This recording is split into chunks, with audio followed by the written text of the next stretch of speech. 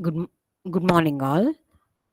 Today we will see a new protocol after studying the SMAC protocol for the MAC layer uh, communication. Okay, now in this protocol, that is the mediation device protocol, there is no global time reference. Now, what is the difference between the SMAC and this mediation device? Is in SMAC, each node needs to have the idea about the neighboring nodes' sleep time as well as the wake up time. Whereas in this mediation device protocol, the node has to know only its own sleep time as well as the wake up time. Okay, now the rest of the thing, that is the neighbor's sleep time and the wake up time will be managed by the mediation device. Now this is a new device, in this network, so you will be having another device other than the transmitter and the receiver to keep the track of all these timings.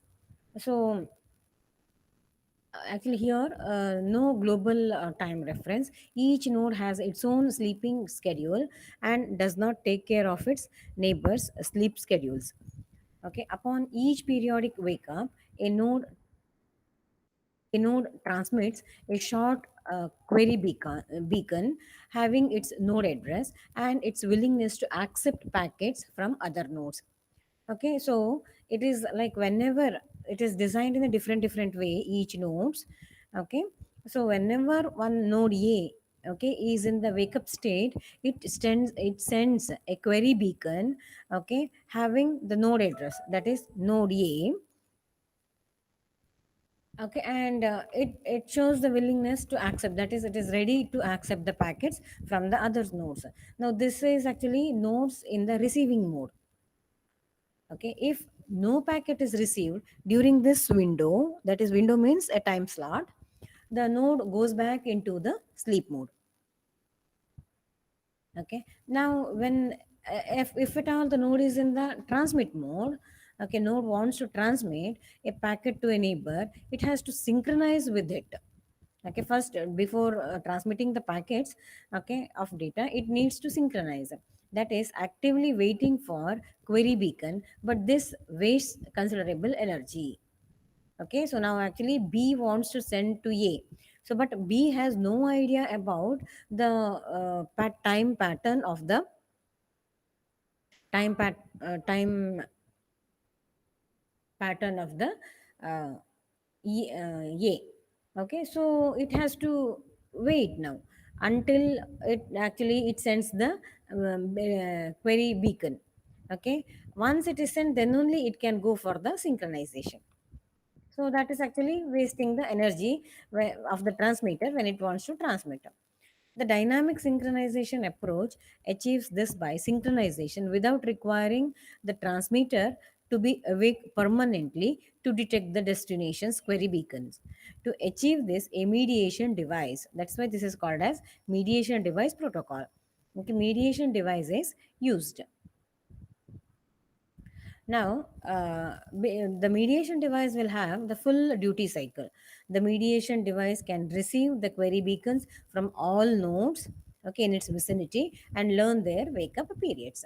So, it is not the job of the transmitter or the node to have the idea about the or the knowledge about the neighbors' wake up periods. That the complete part is taken care by the mediation device. Now, if you see the diagram here, the okay request to send, RTS, request to send, okay, that is from B, it is sent to the mediation device. Now if at all you want to send from B to C, node B to node C, then you can see in between we have mediation device. So it will send the request to transmit, request to send, yeah. Okay, B will send to the mediation device, so mediation device will have that. Okay, but it is waiting for the C to send the query beacon. So once the query beacon is sent from C, okay, because this is sent periodically. Okay, C will send periodically to the mediation device. That is, it is in general, it is saying that I am ready to accept the packets from any neighboring nodes. Okay, not only from B, because it has no knowledge about B, but it is giving the indication that I am ready to receive the packets from any of the neighboring nodes. Okay, now, okay, mediation device will get to know that C is ready now. Okay, so mediation device is sending the query response, because this has mediation device has got the idea that B wants to send to C. Okay, so to C, it is sending the query response. Once the query response comes, okay, a query response it sends, then actually this, okay, continues to stay in the wake up state. Okay, then actually there is a connection establishment between node C and node B. Okay, so data is sent from node B to node C. This is okay. uh, CTS is the the actually RTS is the request to send.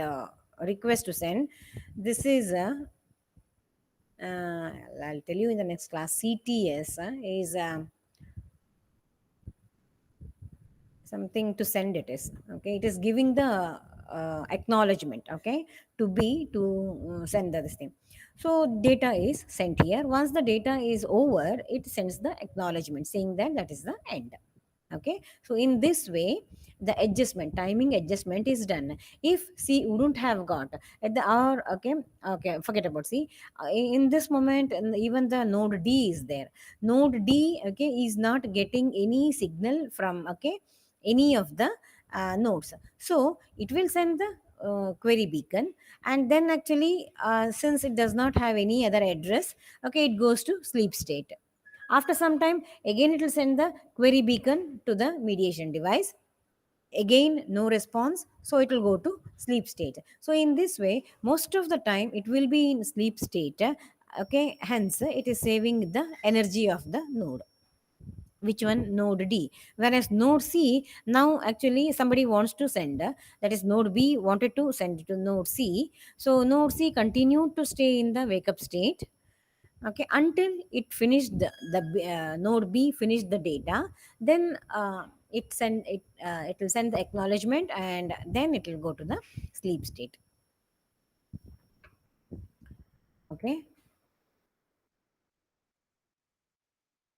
Okay, now suppose that node B wants to transmit. Now same thing, like whatever I have said, that is there. Now the CTS is clear to send. Okay, I said no. CTS, RTS is request to send, and CTS is clear to send. Okay, so when the node B wants to send, it announces this to the mediation device by sending the request to send packets. Then okay, again there is a short answer window after the RTS packets, where B listens for answers.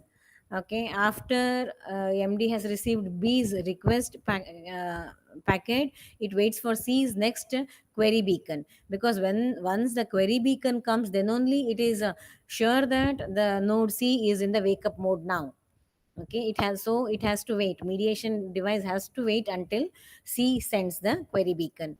Okay, so MD sends the query response indicating that somebody wants to send the message to you. Okay, in the query response you will be having the address of the node, okay, which wants to transmit. So C will come to know that, okay, it is the B which wants to send. So it establishes the connection directly to the B. Okay, and then from there data transfer takes place. Okay, after B has received the CTS packet, it can send its data packet and wait for C's immediate acknowledgement. After the transaction has finished, B restores its periodic wake up cycle and starts to emit query beacons again. Okay, if it has to send it, just like sorry, then actually now B has finished its transmitting job. Now actually it should be in the receiving mode. Okay, it should be in the receiving mode. Receiving mode means it is open to all. Okay, it is open to all. B should be receiving from C, D, E, F, how many A, how many ever are there. Okay, so if when it is in the receiving mode, how do you come to know that it is in the receiving mode? Okay, if periodically it sends the query beacon. Okay, it starts sending the query beacon to whom? To the mediation device. Okay, so node C also restores its own periodic cycle and thus decouples from B's period. It would have established the connection to the B directly. Once the acknowledgement is sent, it means that the communication is over, and then C decouples from B.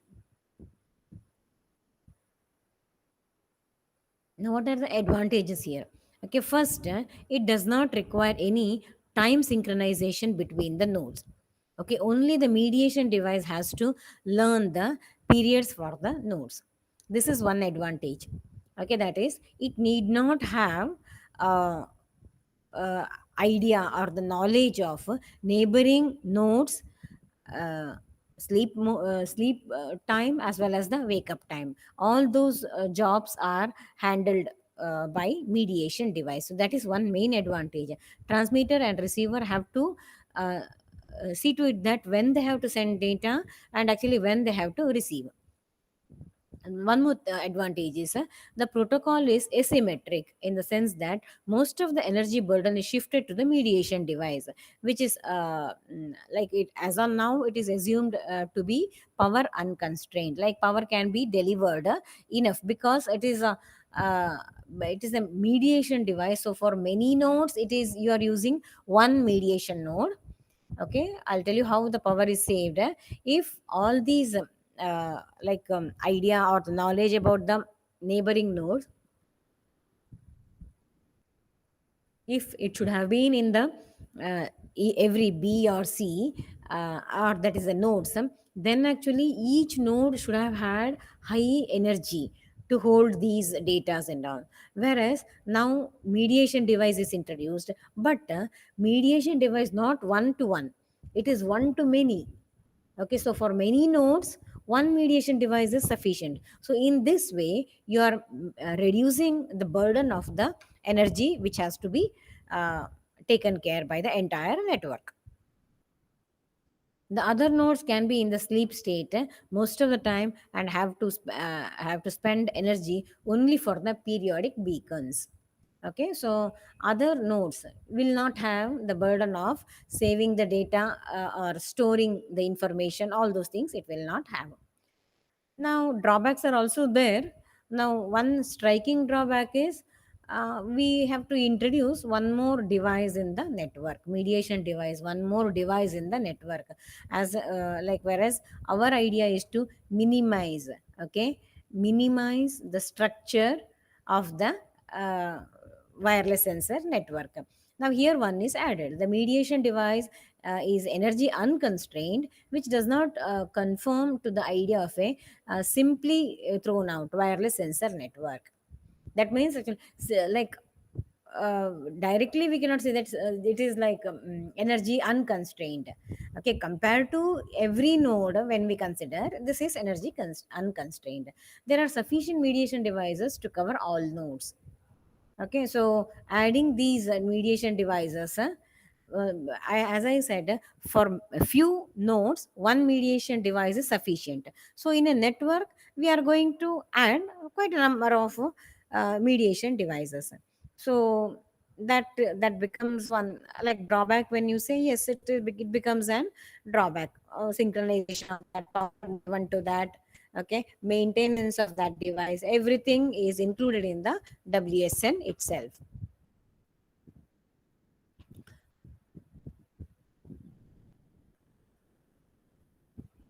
Okay, so this is another type. This actually we will study in the next class. For today, this is sufficient. Okay, thank you.